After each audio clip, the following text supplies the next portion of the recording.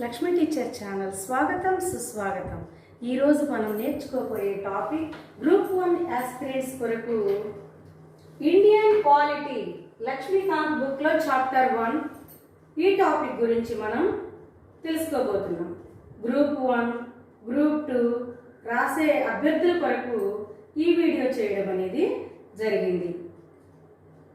భారతదేశానికి స్వాతంత్రం రాకముందు 2 వ్యవస్థలు ఉండేవి మనకి.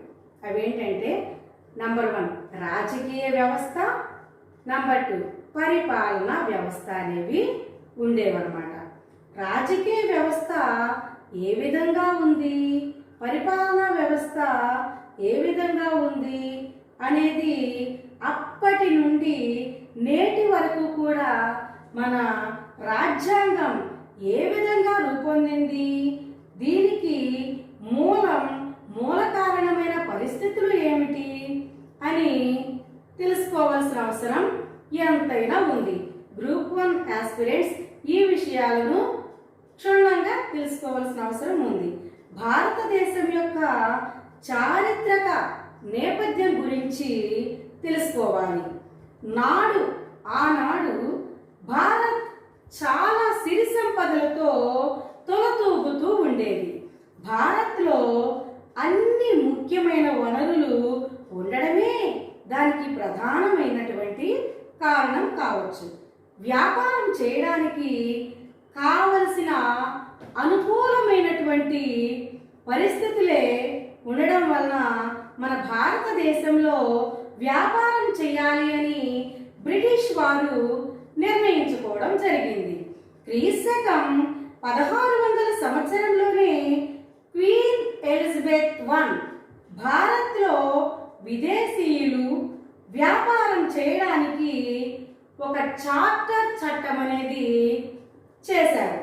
ఈ చార్టర్ చట్టం ద్వారా ఈస్ట్ ఇండియా కంపెనీ అనే పేరుతో భారత్లోకి బ్రిటిష్ వారు అడుగు పెట్టవచ్చు అని చెప్పారు. బ్రిటిష్ వారికి అధికారాన్ని ఇవ్వడం జరిగింది. ఈ చార్టర్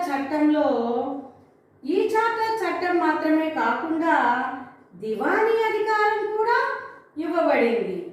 ఏమిటా దివానీ అధికారం అంటే, దివానీ అధికారం అనగా బెంగాల్, బీహార్, ఒరిస్సా ఈ 3 ప్రాంతాల్లో ఆదాయానికి సంబంధించి, న్యాయానికి సంబంధించి ఈస్ట్ ఇండియా కంపెనీకి ప్రమేయం ఉంటుంది, జోక్యం చేసుకుంటుంది అని చెప్పడం జరిగింది.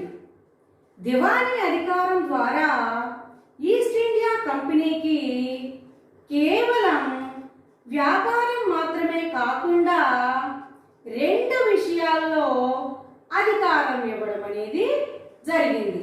ఆ 2 విషయాలు ఏంటమ్మా అంటే, ఒకటి న్యాయ సంబంధమైన విషయం.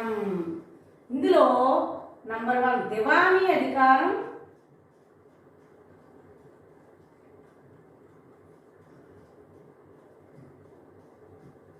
ఈ దివానీ అధికారంలో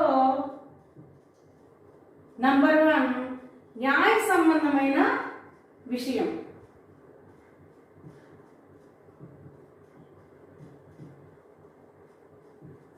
న్యాయ సంబంధమైన విషయం. నంబర్ 2 రాజకీయపరమైనటువంటి విషయం. మరియు అధికారం. రాజకీయపరమంటే ఏంటమ్మా? అధికార సంబంధమైనటువంటి విషయాలు.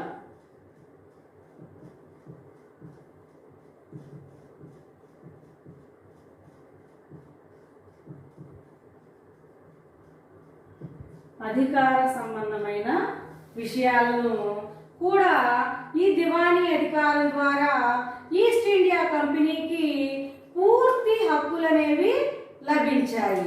తరువాత ఏం జరిగింది? స్వాతంత్రం వచ్చాక రాజ్యాంగం ఏర్పాటు చేసుకోవడం జరిగింది. రాజ్యాంగం కమిటీ ఏర్పడడం, రాజ్యాంగ నిర్మాణ సభను ఏర్పాటు చేసుకోవడం, ఇవన్నీ తరువాత చాప్టర్స్ లో వస్తాయి.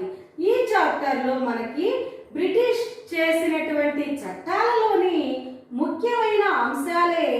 ఒక్కొక్కటి ఒక్కొక్కటి ఒక్కొక్కటిగా చేరి తరువాత మనకి స్వాతంత్రం వచ్చిన తరువాత మనం తీసుకునేటటువంటి పరిపాలనా సంబంధమైనటువంటి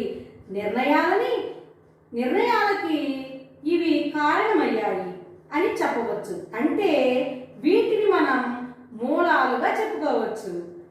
ఇలా బ్రిటిష్ ప్రభుత్వం మొట్టమొదటిగా చేసినటువంటి చట్టమే రెగ్యులేటింగ్ చట్టం. అంటే పేరులోనే ఉంది, కంపెనీ యొక్క పరిపాలనను రెగ్యులేట్ చేయడం కోసం, అంటే క్రమబద్ధం చేయడం కోసం ఈ చట్టం చేయడం జరిగింది. అంటే బ్రిటిష్ ప్రభుత్వం అక్కడే ఉండి ఈస్ట్ ఇండియా కంపెనీ ద్వారా భారత్లో పరిపాలనా సంబంధమైనటువంటి విషయాన్ని కంపెనీ ద్వారా రెగ్యులేట్ చేయడం కోసం ఈ చట్టం చేయడం జరిగింది. అలాగే కంపెనీ యొక్క రాజకీయ పరిపాలనా విధులను కూడా గుర్తించడం అనేటటువంటిది జరిగింది ఈ చట్టం ద్వారా. ఇంకా ఈ చట్టంలో ఉండేటటువంటి ముఖ్యమైన విషయాలను మనం చూద్దామా? ఇక్కడ బెంగాల్ని గవర్నర్స్ ఎవరైతే ఉన్నారో పరిపాలించడం అనేటటువంటిది జరిగింది. అలాగే బెంగాల్ గవర్నర్ని గవర్నర్ జనరల్ ఆఫ్ బెంగాల్, అలాగే బెంగాల్ గవర్నర్ని ఏమని పిలిచేవారట? Governor general of Bengal. Bengal గవర్నర్ని గవర్నర్ జనరల్ ఆఫ్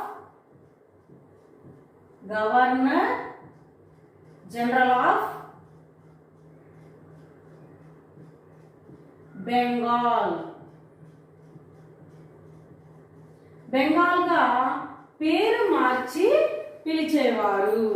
ఈ విధంగా ఈ గవర్నర్ సహాయంగా ఉండడం కోసం, ఈ గవర్నర్ జనరల్ ఆఫ్ బెంగాల్కి సహాయంగా ఉండడం కోసం పరిపాలనా విషయంలో 4 సభ్యులతో కూడినటువంటి ఒక కార్యనిర్వాహక మండలిని ఏర్పాటు చేశారు. ఎంతమంది సభ్యులమ్మా? 4 సభ్యులతో కూడినటువంటి కార్యనిర్వాహక మండలిని ఏర్పాటు చేయడం జరిగింది. కార్యనిర్వాహక మండలిని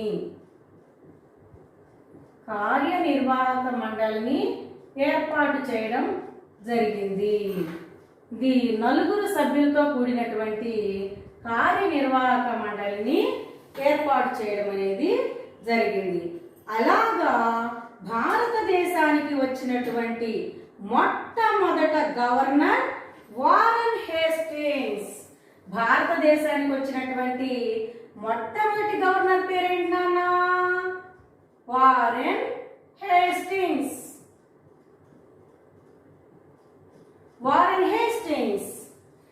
ఈ వారెన్ హేస్టింగ్స్ మొట్టమొదట గవర్నర్గా నియమితులయ్యారు. అలాగే బాంబే, మద్రాస్ ప్రెసిడెన్సీల గవర్నర్లు ఈ బెంగాల్ గవర్నర్కి లోబడి పనిచేయాలి. అంటే అతని అధికారానికి లోబడి పనిచేయాలి అని అర్థం. అంతకు ముందు వీరు స్వతంత్రంగా పనిచేసేవారు. ఈ బెంగాల్ గవర్నర్ని నియమించబడిన తరువాత ఇతని ఆధీనంలో పనిచేయాలి అని చెప్పి బాంబే, మద్రాసుల యొక్క గవర్నర్లు అతని ఆధీనంలో పనిచేయాలి అని చెప్పడం జరిగింది. అదేవిధంగా ఒక ప్రధాన న్యాయమూర్తి, 3 ఇతర న్యాయమూర్తులతో కూడినటువంటి సుప్రీంకోర్టును కూడా అప్పుడే స్థాపించడం జరిగింది. సుప్రీంకోర్టు ఒక ప్రధాన న్యాయమూర్తి,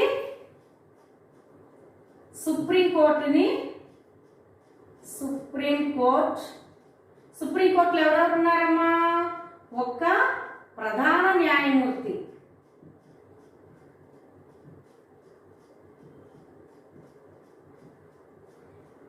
మరియు 3 ఇతర న్యాయమూర్తులు. ఇతర న్యాయమూర్తులు కూడినటువంటి ఒక సుప్రీంకోర్టును కూడా అప్పుడే స్థాపించడం అనేటటువంటిది జరిగింది. ఇటువంటి ముఖ్యమైన విషయం జరిగిందని మనం చెప్పుకోవచ్చు. ఎవరి యొక్క కాలంలో అనగా వారెన్ హేస్టింగ్స్ పరిపాలనా కాలంలో ఒక సుప్రీంకోర్టుని ఏర్పాటు చేసుకొని ఆ సుప్రీంకోర్టులో ప్రధాన న్యాయమూర్తి, ముగ్గురు ఇతర న్యాయమూర్తులతో కూడినటువంటి ఒక సుప్రీంకోర్టుని ఏర్పాటు చేసుకోవడం జరిగింది. ఈ రెగ్యులేటింగ్ చట్టంలో ముఖ్యమైన విషయాలు చూద్దామా? కంపెనీలో పనిచేసే ఉద్యోగులు ఎవరైతే ఉన్నారో వాళ్ళు ప్రైవేటుగా వ్యాపారాలు చేసుకోకూడదు.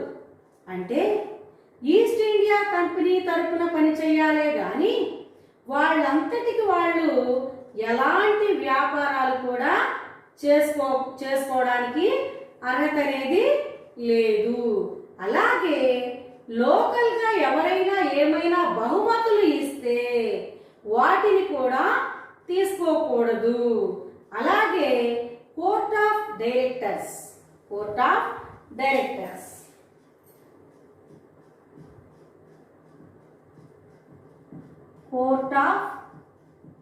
డైరెక్టర్స్ ఈ కోర్ట్ ఆఫ్ డైరెక్టర్స్ ఎవరమ్మా అంటే, కోర్ట్ ఆఫ్ డైరెక్టర్స్ ఇక్కడ మనం చూసుకున్నట్లయితే ఒక గవర్నింగ్ బాడీ అనేది ఏర్పాటు చేయడం జరిగింది. అలాగే భారతదేశంలో revenue, military, civil number 1 revenue, number 2 military, number 3 civil. ఇలా అనేటువంటి వ్యవహారాలన్నీ కూడా ఎప్పటికప్పుడు ఈ గవర్నింగ్ బాడీ నివేదిక ద్వారా, ఏ విధంగా అంటే వీరు గవర్నింగ్ బాడీ అంటారు. వీళ్ళని ఏమంటారంటే గవర్నింగ్ బాడీ. ఈ గవర్నింగ్ బాడీ ఏ విధంగా అంటే ఎప్పటికప్పుడు నివేదిక ద్వారా ఎప్పటికప్పుడు నివేదిక ద్వారా బ్రిటిష్ ప్రభుత్వానికి ఈ 3 విషయాల గురించి తెలియజేస్తూ ఉండడం కోసం కోర్ట్ ఆఫ్ డైరెక్టర్స్ ని నియమించడం అనేది జరిగింది. ఇన్ని రకాల జాగ్రత్తలు తీసుకోవడం జరిగింది. ఈస్ట్ ఇండియా కంపెనీని ఇక్కడ పెట్టినప్పటికీ, ఈస్ట్ ఇండియా కంపెనీని మన భారతదేశంలో పెట్టినప్పటికీ కూడా సివిల్, మిలిటరీ, రెవెన్యూ ఈ 3 వ్యవహారాలు ఈ గవర్నింగ్ బాడీ ఎప్పటికప్పుడు నివేదిక ద్వారా బ్రిటిష్ ప్రభుత్వానికి తెలియజేయాలని చెప్పడం జరిగింది. ఆ విధంగా బ్రిటిష్ ప్రభుత్వం పకడ్బందీగా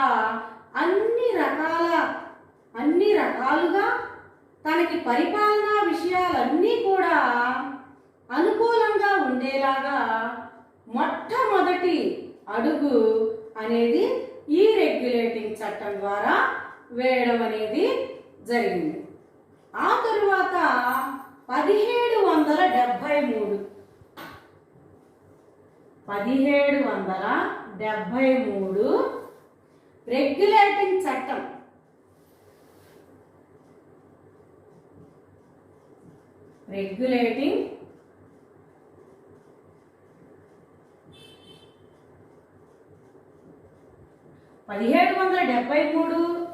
రెగ్యులేటింగ్ చట్టం ద్వారా దీన్ని యాక్ట్ ఆఫ్ సెటిల్మెంట్ అంటారు. యాక్ట్ ఆఫ్ సెటిల్మెంట్ అంటే రెగ్యులేటింగ్ చట్టంలో ఉండే లోపాన్ని సవరణ చేశారు. ఎప్పుడు? 1781లో ఈ రెగ్యులేటింగ్ చట్టంలో ఉన్నటువంటి లోపాన్ని సవరణ అనేది చేశారు. ఏ సంవత్సరంలో అమ్మా? 1881 సంవత్సరంలో ఏ పేరుతో అనగా act of settlement, act of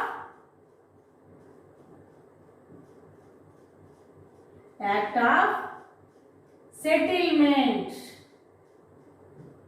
act of settlement అనే పేరుతో రెగ్యులేటింగ్ చట్టాన్ని 1773లో ఏర్పాటైనటువంటి రెగ్యులేటింగ్ చట్టాన్ని 1781లో యాక్ట్ ఆఫ్ సెటిల్మెంట్ అనే పేరుతో సవరణ చేయడం అనేది జరిగింది.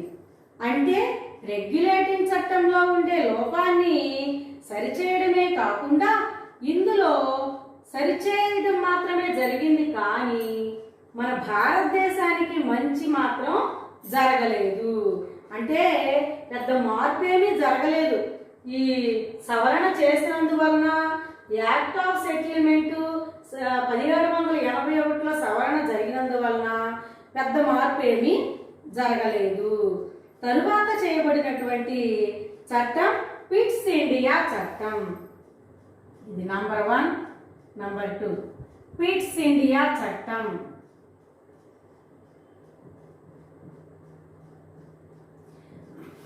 ఈ పిట్స్ ఇండియా చట్టాన్ని 1784 సంవత్సరంలో 1784 సంవత్సరంలో ఈ పిట్స్ ఇండియా చట్టం చేయడం జరిగింది. ఈ పిట్స్ ఇండియా చట్టం ద్వారా వచ్చినటువంటి మార్పులేంటో చూద్దామా? ఇది కంపెనీ యొక్క, ఈ ఈస్ట్ ఇండియా కంపెనీ యొక్క వాణిజ్య రాజకీయ విధులను వేరు చేయడం అనేటటువంటిది జరిగింది. ఈ పిట్స్ ఇండియా చట్టం ద్వారా ఏమేమి విధులను వేరు చేయడం అనేది జరిగిందమ్మా? వాణిజ్య రాజకీయ, వాణిజ్య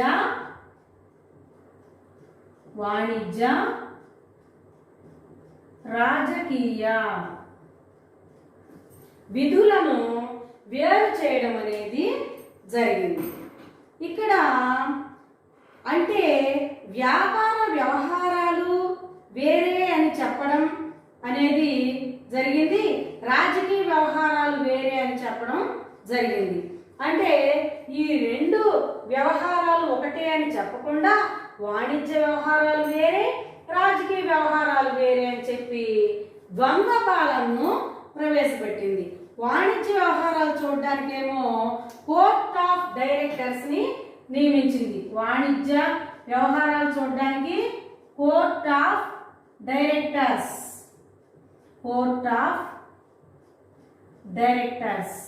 మరియు రాజకీయ వ్యవహారాలు చూడడానికి కోర్ట్ ఆఫ్ కంట్రోల్ అనేటటువంటిది ఏర్పాటు చేయడం జరిగింది. కోర్ట్ ఆఫ్ కంట్రోల్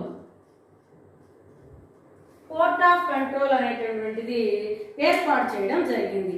ఈ విధంగా పిట్స్ ఇండియా 1784 సంవత్సరంలో వాణిజ్య వ్యవహారాలు చూడడానికేమో కోర్ట్ ఆఫ్ డైరెక్టర్స్ నియమించింది, మరియు రాజకీయ వ్యవహారాలను చూడడానికేమో కోర్ట్ ఆఫ్ కంట్రోల్ ని నియమించడం అనేది జరిగింది. ఇలాంటి వ్యవస్థను నియమించి దేనికి దానికే సపరేట్ చేయడం అనేటటువంటిది ఈ చట్టం ద్వారా, పిట్స్ ఇండియా చట్టం ద్వారా జరిగింది. అలాగా ద్వంద్వ ప్రభుత్వ వ్యవస్థ అనేది ఏర్పాటైంది. ఈ విధంగా వాణిజ్యాన్ని కోర్ట్ ఆఫ్ డైరెక్టర్స్, రాజకీయానికి కోర్ట్ ఆఫ్ కంట్రోల్, ఈ విధంగా ద్వంద్వ విధాన పద్ధతిని ప్రవేశపెట్టడం అనేది జరిగింది. ద్వంద్వ ప్రభుత్వ వ్యవస్థ పిట్స్ ఇండియా ఉద్యమ కాలంలో ద్వంద్వ ప్రభుత్వ వ్యవస్థ అనేది ఏర్పాటైంది. ద్వంద్వ ప్రభుత్వ వ్యవస్థ అనేది ఏర్పాటైంది. ఈ విధంగా అంటే ఇక్కడ ద్వంద్వ ప్రభుత్వ వ్యవస్థ అనేది ఈ పిట్స్ ఇండియా 1784 సంవత్సరం నుండే ప్రారంభమైందని మనం చెప్పుకోవచ్చు. అలాగే భారత్లో ఉండే ప్రాంతాల్లో సివిల్, మిలిటరీ, రెవెన్యూ అని చెప్పుకున్నాం కదా. సివిల్, మిలిటరీ, రెవెన్యూ విభాగాలని చెప్పుకున్నాం కదా. ఇలాంటి వ్యవహారాల మీద బోర్డ్ ఆఫ్ కంట్రోల్కి నియంత్రణాధికారం ఇవ్వడం అనేది జరిగింది. బోర్డ్ ఆఫ్ కంట్రోల్కి అంటే సివిల్, మిలిటరీ, రెవెన్యూ ఇలాంటి ఈ 3 వ్యవహారాలకి చూసుకోవడానికి ఎవరికి అధికారం ఇచ్చారంటే కోర్ట్ ఆఫ్ కంట్రోల్. ఈ 3 వ్యవహారాలను చూసుకోవడానికి ఎవరికి అధికారం ఇచ్చారమ్మా అంటే court of control. Court of కంట్రోల్కి అధికారం ఇవ్వడం అనేది జరిగింది. ఈ విధంగా పిట్స్ ఇండియా చట్టం ద్వారా భారతదేశంలో బ్రిటిష్ పరిపాలిత ప్రాంతాలు అని చెప్పి ఏర్పాటు చేసుకోవడం జరిగింది. అంటే బ్రిటిష్ వారి ఆధీనంలో ఉండే ప్రాంతాన్ని బ్రిటిష్ పరిపాలిత ప్రాంతాలు అంటారు. బ్రిటిష్ వారి ఆధీనంలో ఉన్న ప్రాంతాలు ఏవమ్మా? బ్రిటిష్ ఆధీనంలో ఉన్నటువంటి ప్రాంతాలు ఇండియాలో Bengal, Bihar, number 1 Bengal, number 2 Bihar, number 3 Orissa. ఇప్పుడు ఒడిశా అంటున్నాం కదా, ఒరిస్సా. ఈ 3 ప్రాంతాలు కూడా బ్రిటిష్ వారి ఆధీనంలో ఉన్నటువంటి ప్రాంతాలుగా చెప్పుకోవచ్చు. ఈ విధంగా బ్రిటిష్ పరిపాలిత ప్రాంతాలు అనటం జరిగింది. ఈ 3 ప్రాంతాలని బ్రిటిష్ పరిపాలిత ప్రాంతాలు అంటారు. బ్రిటిష్ పరిపాలిత ప్రాంతాలు అంటారు. అయితే ఈ విధంగా భారత్లో కంపెనీ వ్యవహారాల మీద బ్రిటిష్ ప్రభుత్వానికి సర్వసమున్నతాధికారం లభించింది అని మనం చెప్పుకోవచ్చు. ఈ విధంగా బ్రిటిష్ ప్రభుత్వానికి భారత్లో ఉన్నటువంటి కంపెనీ మీద సర్వసమున్నతాధికారం లభించింది.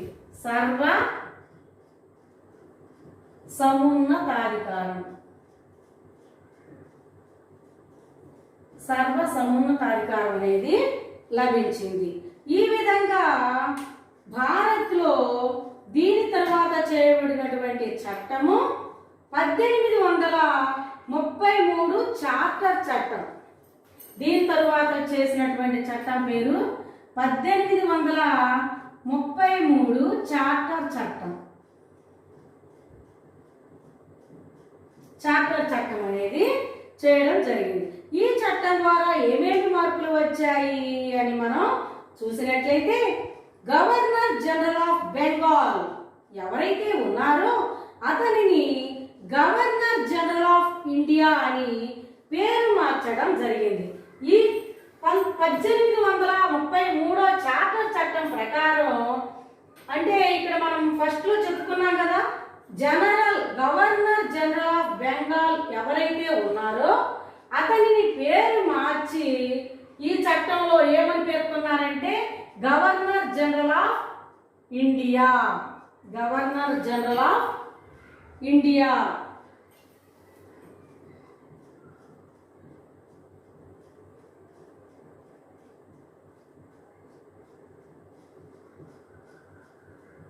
గవర్నర్ జనరల్ ఆఫ్ ఇండియాగా పేరు మార్చడం జరిగింది. ఏ చట్టంలో? 1833 చార్టర్ చట్టంలో. ఓకేనా? ఈ విధంగా పేరు మార్చిన తర్వాత సివిల్, మిలిటరీ అధికారాలు ఉన్నాయి కదా. ఈ అధికారాలన్నీ కూడా గవర్నర్ జనరల్ ఆఫ్ ఇండియా చేతిలో ఉండేలాగా చేయడం జరిగింది. ఈ అధికారాలన్నీ కూడా సివిల్, మిలిటరీ, రెవెన్యూ ఈ అధికారాలన్నీ ఎవరి చేతిలో ఉండేది? అంతకుముందు సివిల్, మిలిటరీ, రెవెన్యూ అధికారాలన్నీ కూడా రాజకీయ వ్యవహారాలను చూసే కోర్ట్ ఆఫ్ కంట్రోల్ వారి చేతిలో ఉండేది. ఇప్పుడు ఎవరి చేతిలోకి వచ్చేసిందమ్మా? గవర్నర్ జనరల్ ఆఫ్ ఇండియా చేతిలోకి సివిల్, మిలిటరీ యొక్క వ్యవహారాలు వచ్చేసాయి. అది ఏ చట్టంలో? 1833 చార్టర్ చట్టంలో. బాగా గుర్తుపెట్టుకోవాల్సిన విషయం ఇది. అదే విధంగా గవర్నర్ జనరల్ ఆఫ్ ఇండియా అంటే గవర్నర్ జనరల్ ఆఫ్ బెంగాల్ అనేటువంటి దాన్ని గవర్నర్ జనరల్ ఆఫ్ ఇండియాగా మార్చడం అనేటటువంటిది జరిగింది అని అర్థం. దీని ద్వారా ఏం జరిగింది మార్పులు అనేటటువంటిది చూద్దామా? అసలు ఈ 1833 చార్టర్ చట్టం ద్వారా ఎలాంటి మార్పులు జరిగాయో చూద్దామా? అలా భారత్లో బ్రిటిష్ పరిపాలిత ప్రాంతాల్లో ఉండేటటువంటి అధికారాలన్నీ కూడా ఈ గవర్నర్ జనరల్ ఆఫ్ ఇండియాకి అప్పచెప్పడం అనేది జరిగింది. అంటే బ్రిటిష్ పరిపాలిత ప్రాంతాలంటే ఏం చెప్పుకున్నామమ్మా? బెంగాల్, బీహార్, ఒరిస్సా. ఈ బెంగాల్, బీహార్, ఒరిస్సా ప్రాంతాలు సర్వసమున్నతాధికారం ఎవరికి వెళ్ళిపోయిందంటే స్టార్టింగ్ లో గవర్నర్ జనరల్ ఆఫ్ బెంగాల్కి వెళ్ళిపోయింది. ఆ తర్వాత అధికారాలన్నీ కూడా గవర్నర్ జనరల్ ఆఫ్ ఇండియాగా మార్చేశారన్నమాట. ఇప్పుడు ఈ అధికారాలన్నీ కూడా భారత్లో ఏర్పాటైనటువంటి మొట్టమొదటి గవర్నర్ ఎవరయ్యా అంటే మొట్టమొదటి భారత గవర్నర్ లార్డ్ విలియం బెంటిక్. మొట్టమొదటి గవర్నర్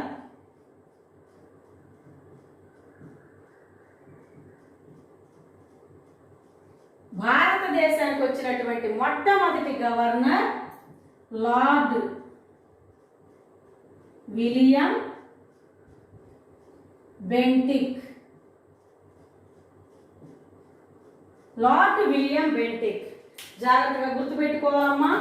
ఈ పేర్లన్నీ కూడా ఏ చట్టం ఏ సవరణ చేసింది, ఏ చట్టం ద్వారా ఎలాంటి మార్పులు వచ్చాయి, మరి ఈ కోర్ట్ ఆఫ్ డైరెక్టర్స్, ఈ రెవెన్యూ, మిలిటరీ, సివిల్ ఇలాంటి వ్యవహారాల్ని ఏ చట్టంలో ఎవరు పరిపాలించారు అనేటటువంటి విషయాలను మనం అవగాహన చేసుకుంటూ చదవాలన్నమాట. ఈ విధంగా మొట్టమొదటి భారత గవర్నర్ లార్డ్ విలియం బెంటిక్ మొట్టమొదటి భారత గవర్నర్ జనరల్గా నియమించబడడం అనేది జరిగింది. అన్ని శాసనాధికారాలు బాంబే, మద్రాస్ వీటన్నిటికి సంబంధించినటువంటి అన్ని శాసనాధికారాలు కూడా ఈ భారత గవర్నర్ జనరల్కే చెందుతాయి అని చెప్పడం జరిగింది. అంటే మద్రాసు, బాంబే ఇక్కడ జరిగేటటువంటి వ్యవహారాలన్నీ కూడా శాసనాధికారాలు, బాంబే, మద్రాసుల్లో ఉన్నటువంటి శాసనాధికారాలు కూడా ఎవరికి ఇవ్వడం జరిగిందమ్మా అంటే lord William Bentinck. Bombay, Madras, Bombay, మద్రాసులో జరిగేటువంటి శాసనాధికారాలు, బాంబే, మద్రాసుల్లో ఉన్నటువంటి శాసనాధికారాలు అన్నీ కూడా లార్డ్ విలియం బెంటిక్ చేతిలో ఉండడం అనేది జరిగింది. అదేవిధంగా ఈస్ట్ ఇండియా కంపెనీ యొక్క వ్యాపార సంబంధమైన విషయాలన్నింటినీ ఇక్కడ తోటి చివరికి వచ్చేసాయి. ఇక్కడితో ఈ వ్యాపార విషయాలన్నీ ఈస్ట్ ఇండియా కంపెనీ యొక్క వ్యాపార సంబంధమైనటువంటి విషయాలు ఏమైతే ఉన్నాయో అవన్నీ కూడా ఇంతటితోనే చివరికి వచ్చేసాయి. అనగా చరమగీతంగా చెప్పుకోవచ్చు. అంటే ఇక్కడ నుండి మార్పులేవి కూడా ప్రారంభమయ్యాయి.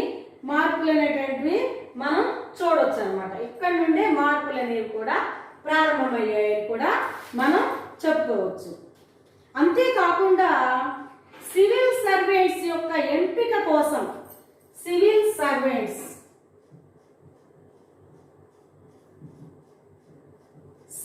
సర్వెంట్స్ యొక్క ఎంపిక కోసం అని చెప్పి బహిరంగ పోటీ అనేటటువంటిది నిర్వహించాల్సి వచ్చిందని అనుకున్నారు. అదేవిధంగా కంపెనీ భారతీయులకు కూడా ఉద్యోగాలు ఇవ్వాలి అనేటటువంటి నిర్ణయాన్ని తీసుకోవడం అనేది జరిగింది ఈ కంపెనీలో. అయితే కోర్ట్ ఆఫ్ డైరెక్టర్స్ దీన్ని వ్యతిరేకించడం జరిగింది. అంటే భారతీయులకు కూడా ఉద్యోగ అవకాశాలు కల్పించాలనే అనేటటువంటి ఒక నిర్ణయానికి వస్తే దాన్ని ఎవరు వ్యతిరేకించారు అంటే కోర్ట్ ఆఫ్ డైరెక్టర్స్. ఇక్కడ మనం వాణిజ్య వ్యవహారాలను చూసుకుంటున్నారు కదా, కోర్ట్ ఆఫ్ డైరెక్టర్స్ వారు భారతీయులకు ఇవ్వకూడదు ఉద్యోగ అవకాశాలని చెప్పి వ్యతిరేకించడం అనేది జరిగింది. దీంతో ఈ చార్టర్ చట్టం అనేటటువంటిది అయిపోయింది.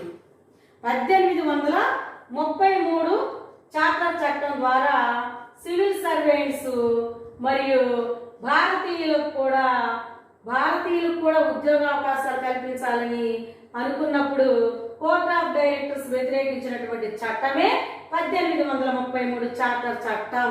ఓకే, దీని తరువాత చేయబడినటువంటి చట్టం 1853 చార్టర్ చట్టం. దీని తర్వాత చేయబడినటువంటి చట్టం 1853 చార్టర్ చట్టం.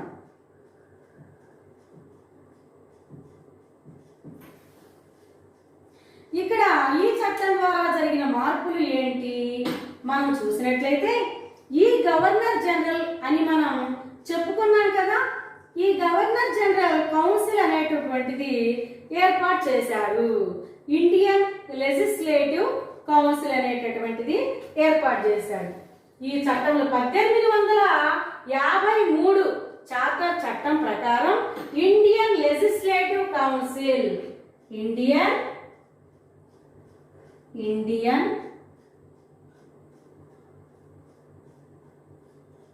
లెజిస్లేటివ్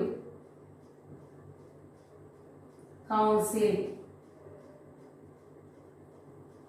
అనేటటువంటిది 1853 చార్టర్ చట్టం ప్రకారం ఇండియన్ లెజిస్లేటివ్ కౌన్సిల్ అనేటటువంటిది ఏర్పాటు చేసి అందులో 6 సభ్యులతో కూడినటువంటి ఈ ఇండియన్ లెజిస్లేటివ్ కౌన్సిల్ ఏర్పాటైంది. ఎంతమంది సభ్యులమ్మా?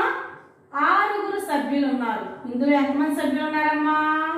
6 సభ్యులతో కూడినటువంటి ఇండియన్ లెజిస్లేటివ్ కౌన్సిల్ ను 1853 చార్టర్ చట్టం ప్రకారం ఏర్పాటు చేయడం అనేది జరిగింది.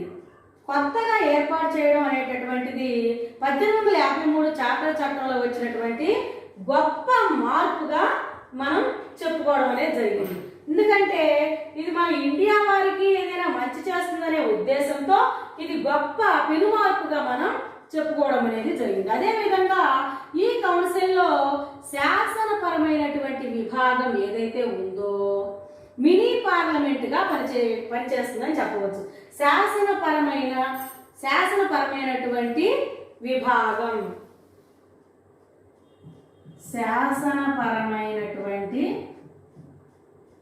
విభాగం ఏదైతే ఉందో అది దేనిగా పనిచేస్తుంది? ఇజ్ ఈక్వల్ టు దేనిగా పనిచేస్తుంది అంటే మినీ పార్లమెంటుగా పనిచేస్తుంది.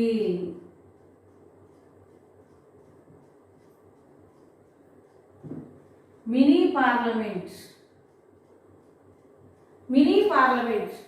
శాసనపరమైనటువంటి 1853 చార్టర్ చట్టం ప్రకారం ఇండియన్ లెజిస్లేటివ్ కౌన్సిల్ 6 సభ్యులతో కూడినటువంటి ఇండియన్ లెజిస్లేటివ్ కౌన్సిల్ ఏర్పాటు చేయడం జరిగింది.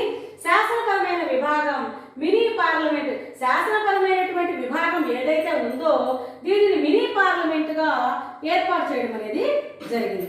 ఈ విధంగా కంపెనీ అనేటటువంటిది తన ఒక్కొక్క చట్టం ద్వారా తన అధికారాన్ని సుస్థిరం చేసుకోవడం అనేది మొదలుపెట్టింది.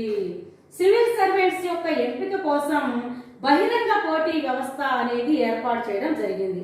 సివిల్ సర్వెంట్స్ యొక్క ఎంపిక కోసం ఎలాంటి పోటీ వ్యవస్థను ఏర్పాటు చేశారమ్మా అంటే బహిరంగ పోటీ వ్యవస్థ.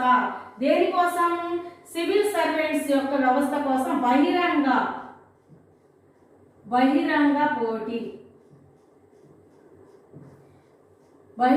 పోటీ వ్యవస్థను ఏర్పాటు చేశారు. సివిల్ సర్వెంట్స్ ఎంపిక కోసం బహిరంగ పోటీ వ్యవస్థ అనేది ఒక వ్యవస్థను ఏర్పాటు చేయడం అనేది జరిగింది.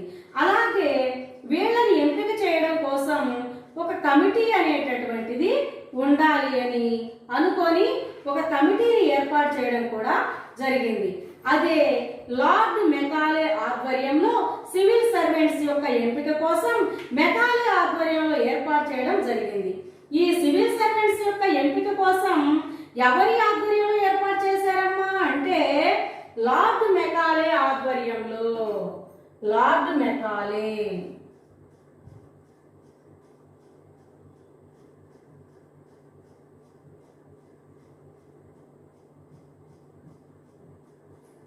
లార్డ్ మెకాలే యొక్క ఆధ్వర్యంలో సివిల్ సర్వెంట్స్ కోసం ఈ విధంగా బహిరంగ పోటీ వ్యవస్థను ఏర్పాటు చేయడం అనేది జరిగింది. సివిల్ సర్వెంట్స్ యొక్క బహిరంగ ఎంపిక మొదలైంది. 1854 సంవత్సరంలో ఏర్పాటైన ఆ కమిటీ మనకు ఇప్పటి వరకు కూడా సివిల్ సర్వీసెస్ ఎంపిక కోసం పనిచేస్తూనే ఉంది. అయితే ఈ కమిటీ ఎప్పుడు ఏర్పాటు చేయడం జరిగింది? ఒక కమిటీని బహిరంగ పోటీ వ్యవస్థ ఎప్పుడు ఏర్పాటు చేయబడింది అంటే 1854. 1854లో బహిరంగ పోటీ వ్యవస్థ అనేది ఒకటి ఏర్పాటు చేయడం అనేది జరిగిందని చెప్పుకోవచ్చు. అంతేకాకుండా బ్రిటిష్ రాజవంశం పేరు మీద భారత్లో ఉన్నటువంటి భూభాగాల మీద కంపెనీ యొక్క అనుమతిని పొడిగించడం అనేటటువంటిది జరిగింది. దీని ప్రకారం కంపెనీ తన ఇష్టం వచ్చినప్పుడు రద్దు చేయడం కానీ పొడిగించుకోవడం కానీ ఏదైనా చేయొచ్చు అనే అధికారాలు ఇవ్వడం కూడా అనేది జరిగింది. అంతేకాకుండా మొట్టమొదటిసారిగా ప్రాంతీయ ప్రాతినిధ్యాలు గుర్తించడం అనేది కూడా ఈ చట్టంలో వచ్చినటువంటి పెనుమార్పుగా మనం గుర్తించాలి. ప్రాంతీయ ప్రాతినిధ్యాలు.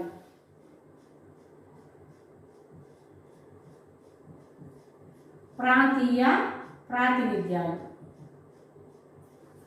ఈ 1854 చట్టం ద్వారా బహిరంగ పోటీ వ్యవస్థ ద్వారా ప్రాంతీయ ప్రాతినిధ్యాలను కూడా ఏర్పాటు చేయడం అనేది జరిగింది. ఈ చట్టంలో వచ్చినటువంటి మార్పుగా మనం గుర్తించవచ్చు. 1858 భారత ప్రభుత్వ చట్టం. నెక్స్ట్ 1858 భారత ప్రభుత్వ చట్టం.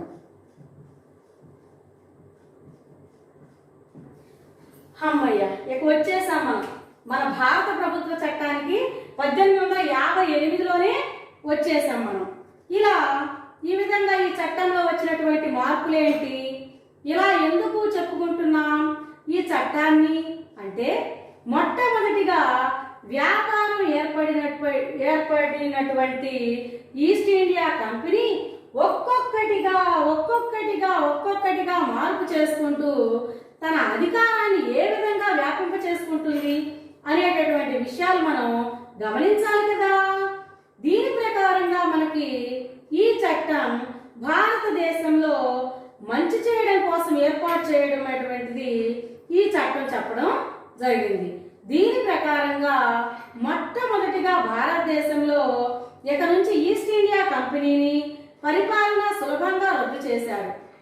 ఈస్ట్ ఇండియా కంపెనీ యొక్క పరిపాలన ఎవరి యొక్క ఏ చట్టంలో 1858 భారత ప్రభుత్వ చట్టంలో ఏం రద్దు చేశారమ్మా అంటే ఈస్ట్ ఇండియా కంపెనీ యొక్క పరిపాలన సంబంధంగా పరిపాలనను రద్దు చేయడం అనేది జరిగింది. ఈస్ట్ ఇండియా కంపెనీ యొక్క పరిపాలన అనేది 1851 భారత ప్రభుత్వ చట్టం ప్రకారం రద్దు చేస్తారు.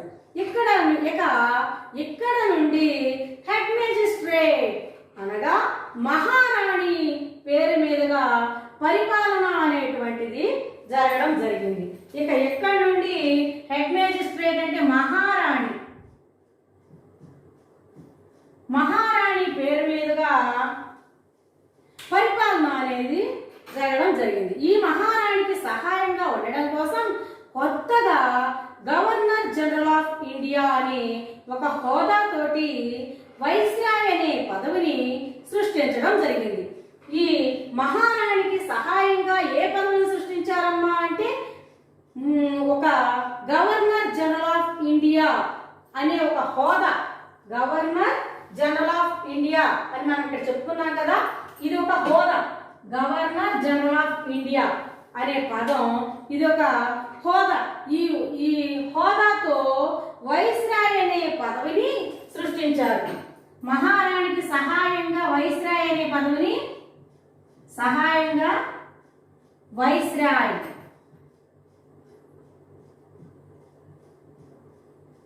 వైస్రాయ్ అనేది ఏంటమ్మా? పదవి. మరి వైస్రాయ్ అనే పదవిని ఒకటి సృష్టించడం అనేది జరిగింది ఈ 1858 భారత ప్రభుత్వ చట్టంలో. అలా బ్రిటిష్ చక్రవర్తి ప్రతినిధిగా భారతదేశంలో ఏర్పాటైనటువంటి మొట్టమొదటి వైస్రాయ్ లార్డ్ కానిన్. మొట్టమొదటి వైస్రాయ్ ఎవరు? First viceroy lord కానిన్.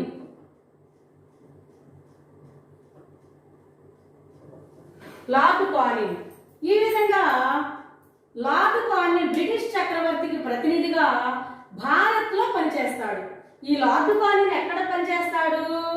బ్రిటిష్ చక్రవర్తికి ప్రతినిధిగా భారత్లో పనిచేస్తాడు. ఎవరికి ప్రతినిధిగా అంటే బ్రిటిష్ చక్రవర్తికి.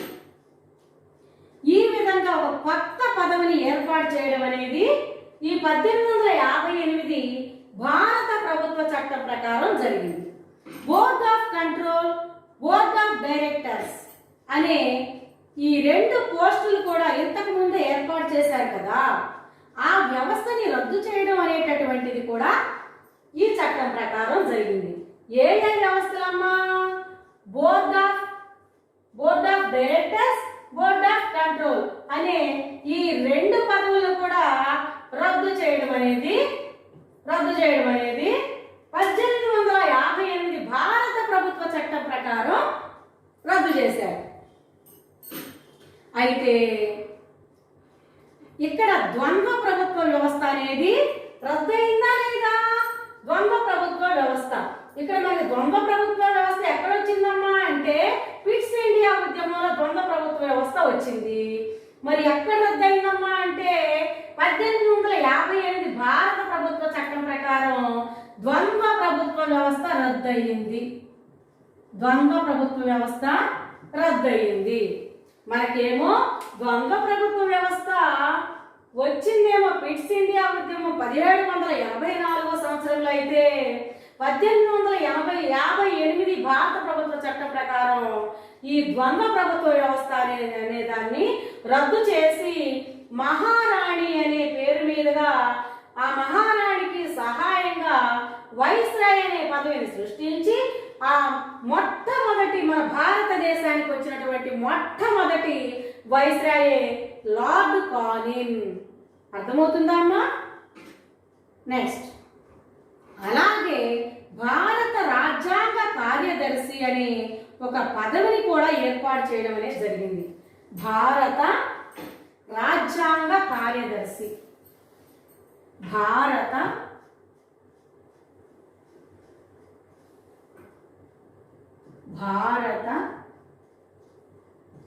రాజ్యాంగ కార్యదర్శి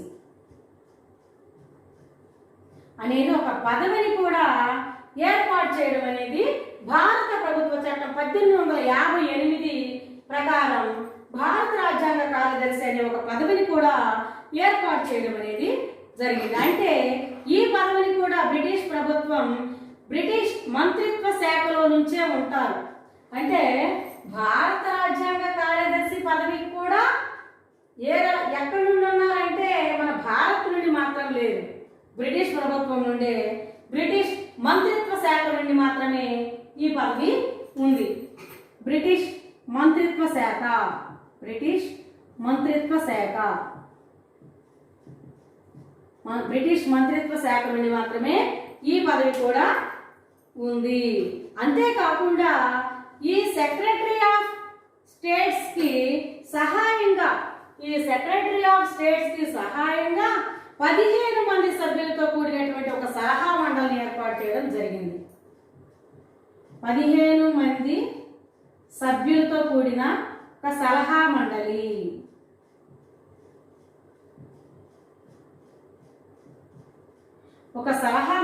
ఏర్పాటు చేయడం అనేది జరిగింది.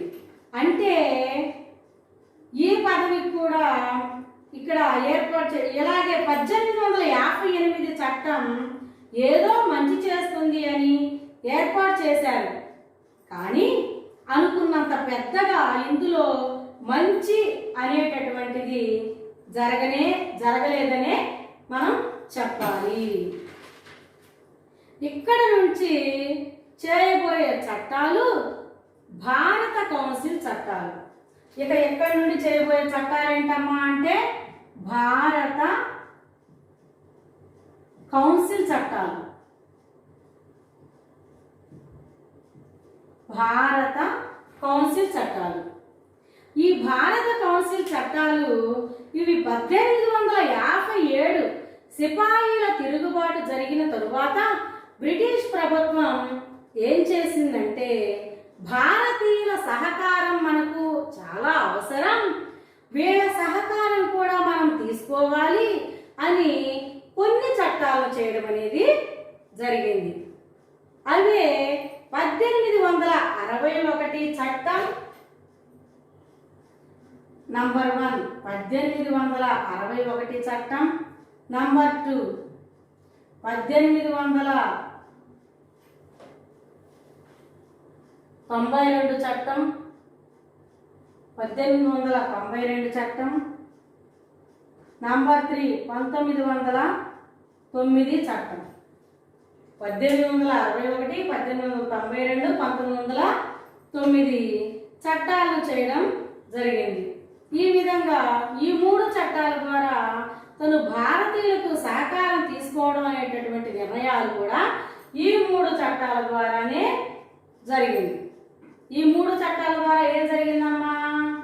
భారతీయుల యొక్క సలహాలను కూడా తీసుకోవాలి, భారతీయుల యొక్క సహకారం కూడా మనకు అవసరం, భారతీయుల యొక్క సహకారం మనం తీసుకోవాలి అని చెప్పి ఈ 3 చట్టాలను కూడా చేయడం జరిగింది. అందులో మొట్టమొదటి చట్టమే 1861 భారత ప్రభుత్వ చట్టం. ఇది ఈ మొట్టమొదటి చట్టం 1861 చట్టాన్ని ఒక మైలురాయిగా చెప్పుకోవచ్చు. ఈ 1861 చట్టాన్ని మైలురాయిగా చెప్పుకోవచ్చు. అయితే ఎందువల్ల ఇందులో ఏమేమి మార్పులు వచ్చాయి అనేటటువంటిది చూద్దామా? 1861 చట్టం ప్రకారం శాసన నిర్మాణ ప్రక్రియలో భాగంగా భారతీయులకు కూడా ప్రాతినిధ్యాన్ని కల్పించారు. చూడండి, మరి ఎక్కడా కూడా ఈ చట్టాల్లో 1773 కానివ్వండి, 1787 కానివ్వండి, 1833 కానివ్వండి, 1853 చార్టర్ చట్టం కానివ్వండి, 1858 చార్టర్ చట్టం, భారత ప్రభుత్వ చట్టం కానివ్వండి, ఈ చట్టాలన్నింటిలో ఎక్కడైనా సరే భారతీయులకు ప్రాతినిధ్యం ఇవ్వాలని చెప్పి ఏ చట్టం కూడా పేర్కొనలేదు. కానీ ఈ ఒక చట్టం మాత్రం 1861 చట్టం మాత్రం ఒక మైలురాయిగా పెనుమార్పులు తీసుకొచ్చిందనే మనం చెప్పుకోవచ్చు. అంటే శాసనాలు వేయడంలో కూడా భారతీయ సహకారం చాలా అవసరం, వీళ్ళకు కూడా ప్రాతినిధ్యం ఉండాలి అని చెప్పడం జరిగింది. అలాగే వైస్రాయ్ ఎవరైతే ఉన్నారో తన కౌన్సిల్ ఏదైతే ఉందో దానిలో కొంతమంది భారతీయులు కూడా చేర్చుకోవాలి అని తీసుకోవడం కూడా జరిగింది. ఆ విధంగా లార్డ్ కానింగ్ 3 భారతీయులు తీసుకోవడం అనేది జరిగింది. లార్డ్ కానింగ్ 3 భారతీయులను తీసుకున్నారు. లార్డ్ కానింగ్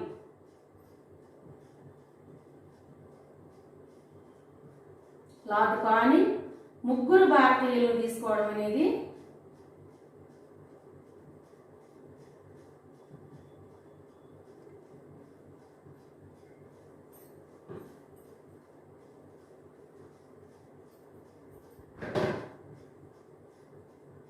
లార్డ్ కానింగ్ 3 భారతీయులను తీసుకోవడం అనేది జరిగింది.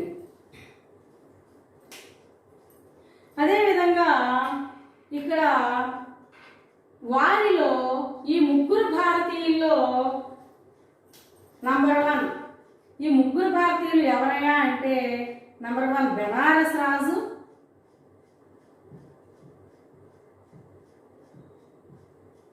నంబర్ 2 బెనారస్ రాజు, పాటియాలా మహారాజు,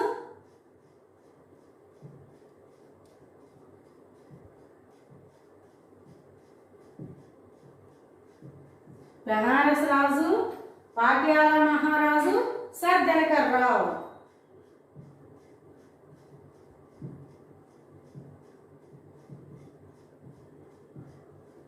సర్ దినకర్ రావు అనే ఈ ముగ్గురు భారతీయులను లార్డ్ కానింగ్ తీసుకోవడం అనేది జరిగింది. అంతేకాకుండా వీళ్లతోటి తన కౌన్సిల్లో భారతీయుల ప్రవేశం అనేది దాన్ని తీసుకోవడం జరిగింది. అంతేకాకుండా వికేంద్రీకరణ అనేది కూడా ఇక్కడ నుంచే ప్రారంభమైందని చెప్పుకోవచ్చు. వికేంద్రీకరణ కూడా 1861 చట్టం ప్రకారం వికేంద్రీకరణ కూడా ఇక్కడ నుండే ప్రారంభమైందని చెప్పవచ్చు అనేది కూడా.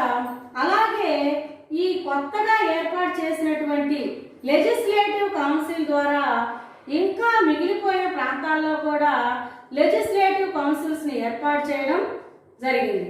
ఈ విధంగానే బెంగాల్లోను, నార్త్ అండ్ వెస్ట్ ప్రావిడెన్సీ, పంజాబ్లోను కూడా ఈ లెజిస్లేటివ్ కౌన్సిల్ అనేది ఏర్పాటు అవడం జరిగింది. అంటే వికేంద్రీకరణ జరుగుతుంది. పరిపాలన అనేది ఏ ఏ ప్రాంతంలో ఏ ప్రాంతానికి ఆ ప్రాంతం అనగా పరిపాలన అనేది వికేంద్రీకరణ అనగా అర్థం ఏమిటి అంటే పరిపాలన అనేది ఏ ప్రాంతానికి ఆ ప్రాంతం, పరిపాలన అనేది ఏ ప్రాంతానికి ఆ ప్రాంతం, పరిపాలన అనేది ఒక్కొక్కటిగా ఏ ప్రాంతానికి ఆ ప్రాంతం చేసుకోవడం అనేది వీలుగా పరిపాలన చేసుకోవడానికి వీలుగా చాలా సులభంగా వికేంద్రీకరణ అనేది జరగడం జరిగింది. ఇక్కడ లార్డ్ కానింగ్ ప్రవేశపెట్టినటువంటి పోర్ట్ఫోలియో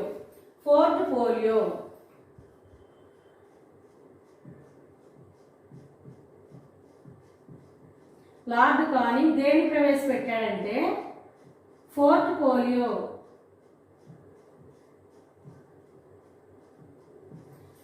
లార్డ్ కానింగ్ దేన్ని ప్రవేశపెట్టాడమ్మా అంటే పోర్ట్ఫోలియో. అసలు ఈ పోర్ట్ఫోలియో అంటే ఏమిటి? మంత్రిత్వ శాఖ ఏదైతే ఉందో దాన్ని గుర్తించడం అనేది జరిగింది. అలాగా దీంతో సంబంధం లేకుండా ఏవైనా సందర్భాల్లో వైస్రాయ్ని ఎవరూ సంప్రదించకుండా ముఖ్యమైన నిర్ణయాలు తీసుకోవచ్చు. దీన్నే పోర్ట్ఫోలియో అంటారు. దీని యొక్క అధికారాన్ని కూడా ఇవ్వడం అనేది ఈ పోర్ట్ఫోలియోలో జరిగింది. ఇది 1861 చట్టంలో ఈ లార్డ్ కానింగ్ పోర్ట్ఫోలియో అనేది చేయడం జరిగింది. దీని తరువాత వచ్చిన చట్టం 1892 చట్టం. 1892 చట్టం. ఈ 1892 చట్టంలో దీనిలో వచ్చిన మార్పులు ఏమిటో తెలుసుకుందామా? ఇక్కడ ఈ లెజిస్లేటివ్ కౌన్సిల్లో అధికార సభ్యులు, అనధికార సభ్యులు అని చెప్పి 2 రకాల సభ్యులు ఉంటారు. ఎన్ని రకాల సభ్యులు ఉంటారమ్మా? 2 రకాల సభ్యులు ఉంటారు. నంబర్ 1 అధికార సభ్యులు, నంబర్ 2 అనధికార సభ్యులు అని చెప్పి ఈ లెజిస్లేటివ్ కౌన్సిల్లో 2 రకాల సభ్యులు ఉంటారు 1892 చట్టం ప్రకారం. ఈ సభ్యులలో అనధికార సభ్యుల సంఖ్యను పెంచడం అనేటటువంటిది జరిగింది. అది మొట్టమొదటిది. అనధికార సభ్యుల్ని పెంచడం అనేటటువంటిది జరిగింది. అది మొట్టమొదట జరిగిన విషయం. అలాగే లెజిస్లేటివ్ కౌన్సిల్లో ఉండేటటువంటి సభ్యులకి అధికారాలు ఎక్కువ చేయడం అనేది కూడా జరిగింది. ఇక్కడ లెజిస్లేటివ్ కౌన్సిల్ ఏర్పాటు చేసింది ఎవరమ్మా? లెజిస్లేటివ్ కౌన్సిల్ ఏర్పాటు చేశారు కదా. ఈ లెజిస్లేటివ్ కౌన్సిల్లో భాగంగా ఇండియన్ లెజిస్లేటివ్ కౌన్సిల్ 1853 చార్టర్ చట్టం ప్రకారం ఏదైతే ఉందో ఇక్కడ 6 సభ్యులతో కూడినటువంటి ఇండియన్ లెజిస్లేటివ్ కౌన్సిల్ ఏర్పాటు చేశారు కదా. ఈ లెజిస్లేటివ్ కౌన్సిల్లో ఉండేటటువంటి సభ్యులకి అధికారాల్ని ఎక్కువ చేయడం అనేది జరిగింది. అధికారాల్ని ఎక్కువ చేయడం అనేది జరిగింది. ఇక్కడ విస్తృతం, ఎక్కువ చేయడం అంటే అర్థం ఏమిటమ్మా? విస్తృతం చేయడం.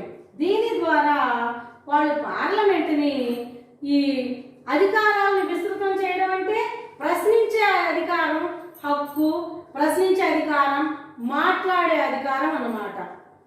ఇలాంటివి ప్రావిన్సీల్లో ఉండేటటువంటి లెజిస్లేటివ్ కౌన్సిల్స్ ఏవైతే ఉన్నాయో ఇవి మిగిలిన స్థాయిల్లో కూడా, అంటే జిల్లా స్థాయిలోను క్రింది స్థాయిల్లో కూడా ఏర్పాటు చేయాలనేటటువంటి నిర్ణయాన్ని తీసుకోవడం అనేది జరిగింది. ఈ లెజిస్లేటివ్ కౌన్సిల్లో మాత్రమే కాకుండా జిల్లా స్థాయిలోను వాటి క్రింది స్థాయిల్లో కూడా ఏర్పాటు చేయడం అనేది జరిగింది. అదేవిధంగా మొట్టమొదటిసారిగా ఎన్నిక అనేది కూడా చేయాలి అని చట్టం ద్వారా తీసుకున్న ముఖ్యమైన మార్పులు. ఎన్నిక గురించి 1892 చట్టం ప్రకారం ఎన్నిక అనే అంశాన్ని కూడా తీసుకోవడం అనేది జరిగింది. ఎన్నిక అనే అంశం ఏ చట్టం ద్వారా తీసుకున్నారమ్మా? 1892 చట్టం ప్రకారం ఎన్నిక అనే అంశాన్ని తీసుకోవడం జరిగింది. ఈ చట్టం ద్వారా తీసుకోవడం ముఖ్యమైన మార్పు. తరువాత వచ్చినటువంటి చట్టమే 1909వ చట్టం. 1909వ చట్టం. ఈ చట్టం ప్రకారం మింటో మార్లే సంస్కరణలని కూడా ఈ చట్టానికి 1909వ చట్టానికి ఏమని పేరుందంటే మింటో మార్లే. మింటో మార్లే చట్టం. 1909వ చట్టానికి మింటో మార్లే చట్టం అని కూడా ఆ సంస్కరణ అని కూడా పేరు ఉంది. ఎందుకంటే దీనికి ఆ పేరు ఎందుకు వచ్చింది అంటే ఆనాటి లార్డ్ మార్లే భారత రాజ్య కార్యదర్శిగాను ఉండడం వల్ల మింటో ఏమో భారత వైస్రాయ్గాను ఉన్నారు. మార్లే ఏమో భారత రాజ్య కార్యదర్శిగాను, మార్లే ఏమో భారత రాజ్య కార్యదర్శిగాను, మింటో ఏమో ఇక్కడ భారత రాజ్య కార్యదర్శిగాను, మింటో ఏమో దీనికి ఆ పేరు మింటో ఏమో భారత వైస్రాయ్ గాను, భారత వైస్రాయ్ గాను. ఈ 1909 చట్టం ప్రకారం మార్లే ఏమో భారత కార్యదర్శి గాను, భారత వైస్రాయ్ గాను మింటో ఉండడం వలన దీనికి ఈ చట్టానికి 1909వ చట్టానికి ఆ పేరు వచ్చింది. అయితే వీరిద్దరూ కలిసి చేసినటువంటి పరిపాలన సంబంధమైనటువంటి మార్పులు కాబట్టి దీనికి మింటో మార్లే సంస్కరణ అనే పేరు వచ్చింది 1909వ చట్టానికి.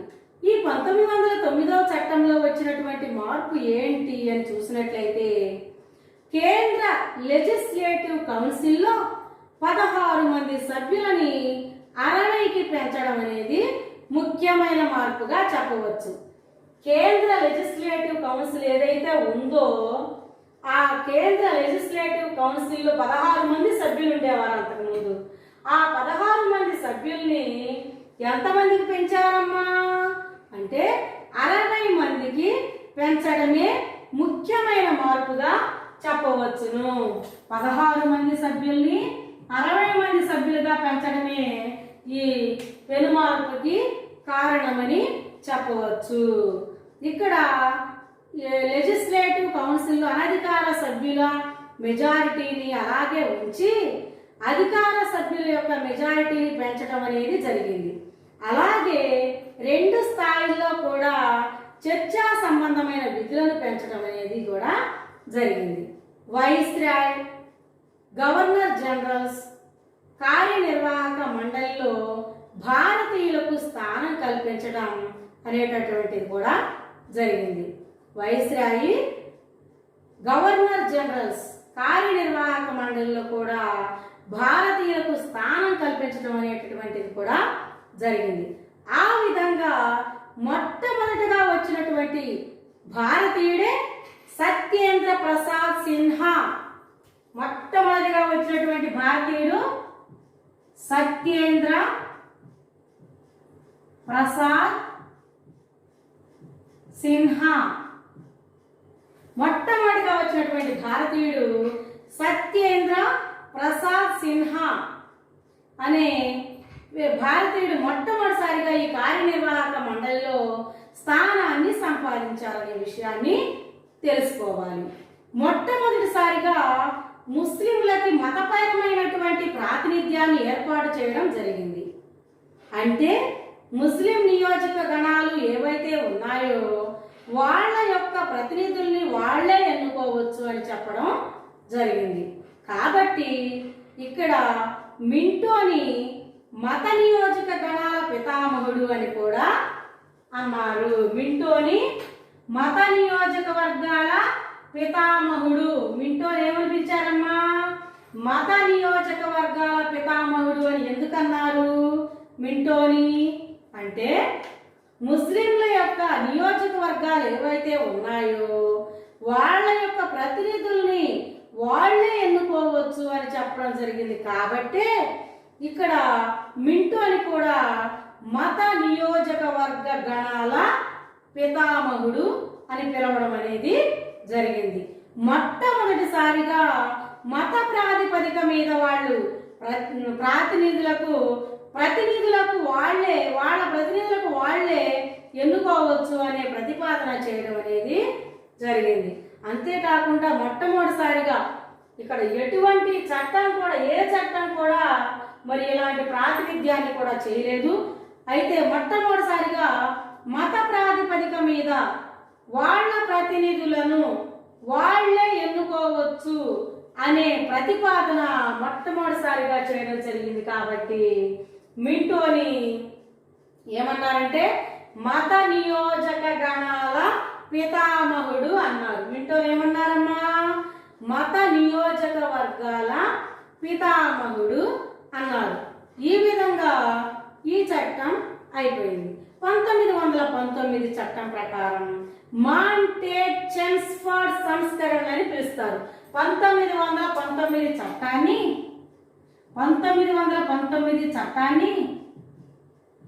మాంటేగ్ చెమ్స్ఫోర్డ్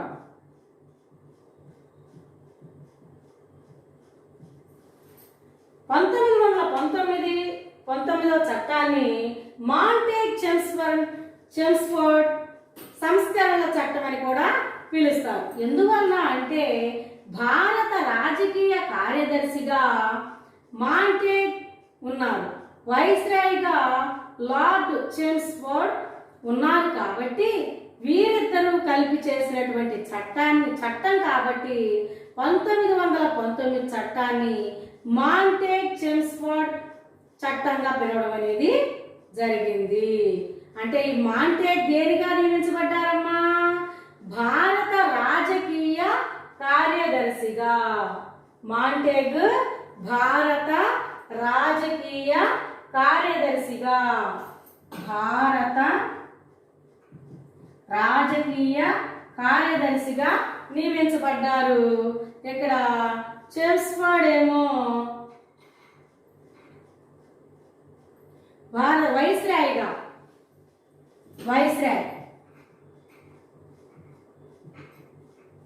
భారత రాజకీయ కార్యదర్శిగానేమో మాంటేగ్, చెమ్స్ఫోర్డ్ ఏమో వైస్రాయ్గా నియమించబడ్డారు. వీరిద్దరూ కలిసి చేసిన చట్టం కాబట్టి 1919 చట్టాన్ని మాంటేగ్ చెమ్స్ఫోర్డ్ సంస్కరణల చట్టంగా పిలవడం అనేది జరిగింది. ఈ చట్టంలో వచ్చినటువంటి మార్పులు ఏంటో చూద్దామా? కేంద్ర మరియు ప్రావిన్సీలు శాసనసభలు తమ పరిపాలన అంశాలపై శాసనాలు చేసేటటువంటి అవకాశం ఈ చట్టంలో ఇవ్వబడింది. ఇందులో పరిపాలన అంశాన్ని రిజర్వ్డ్, ట్రాన్స్ఫర్డ్ అని 2 రకాలుగా విభజించడం అనేది జరిగింది. ఈ మాంటేగ్ చెమ్స్ఫోర్డ్ సంస్కరణలో భాగంగా పరిపాలన అంశాలని 2 రకాలుగా విభజించడం అనేది జరిగింది. Number 1 reserved, number 2 transferred. Number 1 reserved, number 2 transferred. Reserved, transferred అనే పరిపాలనా అంశాలుగా 2 రకాలుగా ఏర్పాటు చేయడం అనేది జరిగింది. దీని ప్రకారంగా ద్వంద్వ పరిపాలన జరుగుతుందని మనకి తెలుస్తుంది. ద్వంద్వ పరిపాలన ఎక్కడ రద్దయింది, ఎక్కడ వ్యవస్థ వచ్చింది? ద్వంద్వ పరిపాలన వ్యవస్థ అంటే పిట్స్ ఇండియా 1784లో ద్వంద్వ ప్రభుత్వ వ్యవస్థ వచ్చింది. మరి ఎక్కడ రద్దయింది? 1858 భారత ప్రభుత్వ చట్టం ద్వంద్వ పరిపాలన వ్యవస్థను రద్దు చేసింది. మళ్ళీ ఎక్కడ పుట్టుకొచ్చింది ద్వంద్వ పరిపాలన వ్యవస్థ అంటే 1919 మాంటేగ్ చెమ్స్ఫోర్డ్ సంస్కరణలో భాగంగా ద్వంద్వ పరిపాలన జరుగుతుందని మనకి అర్థమవుతుంది. ఎందుకని అంటే పరిపాలన 2 రకాలుగా విభజించడం అనేది జరిగింది. మళ్ళీ ఇక్కడ ఏమేంటి ఆ పరిపాలన? రిజర్వ్డ్, ట్రాన్స్ఫర్డ్ అనే 2 రకాలుగా విభజించడం అనేది 1919లో జరిగింది. అర్థమవుతుందా? అయితే మొట్టమొదటిసారిగా ద్విసభా పద్ధతిని ప్రవేశపెట్టారు. ద్విసభా పద్ధతిని మొట్టమొదటిసారిగా 1919 చట్టం ప్రకారం, మాంటేగ్ చెమ్స్ఫోర్డ్ చట్టం ప్రకారం ద్విసభా పద్ధతిని ప్రవేశపెట్టారు. ద్విసభా పద్ధతిని 1919 మాంటేగ్ చెమ్స్ఫోర్డ్ సంస్కరణల పద్ధతి ప్రకారం ప్రవేశపెట్టడం అనేది 2 సభలు అనేవి ప్రవేశపెట్టారు. ద్విసభ అంటే ద్వి అనగా 2 సభలు ప్రవేశపెట్టారు. ఇది ఎగువ సభగా పిలువబడేటటువంటి కౌన్సిల్ ఆఫ్ స్టేట్స్, అలాగే దిగువ సభగా పిలువబడేటువంటి లెజిస్లేటివ్ అసెంబ్లీ అని పిలుస్తారు. ఎగువ సభ, దిగువ సభ.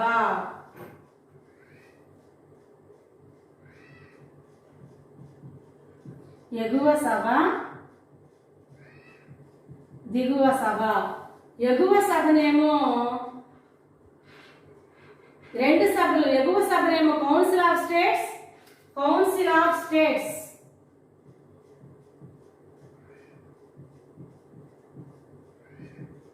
దిగువ సభనేమో లెజిస్లేటివ్ అసెంబ్లీ.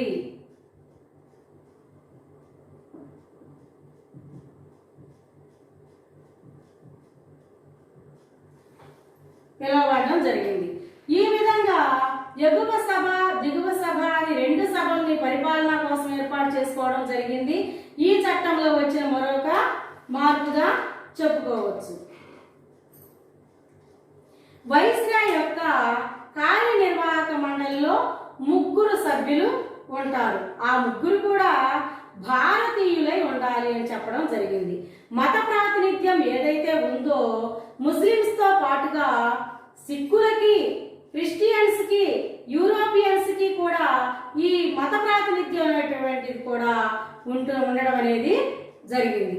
అలాగే లండన్ లో భారత హై కమిషనర్ ఒక పదవిని సృష్టించి, లండన్ లో భారత హై కమిషనర్ అనేటటువంటి ఒక పదవిని సృష్టించి అతనికి భారత రాజ్య కార్యదర్శికి ఉండేటటువంటి పదవులు ఏవైతే ఉన్నాయో అవి ఇతనికి ట్రాన్స్ఫర్ చేయడం అనేటువంటిది కూడా చేయడం జరిగింది. ఇది ఒక పబ్లిక్ సర్వీస్ కమిషన్ అనేటటువంటిది ఈ చట్టం ద్వారా ఏర్పాటు చేయడం అనేటువంటిది జరిగింది.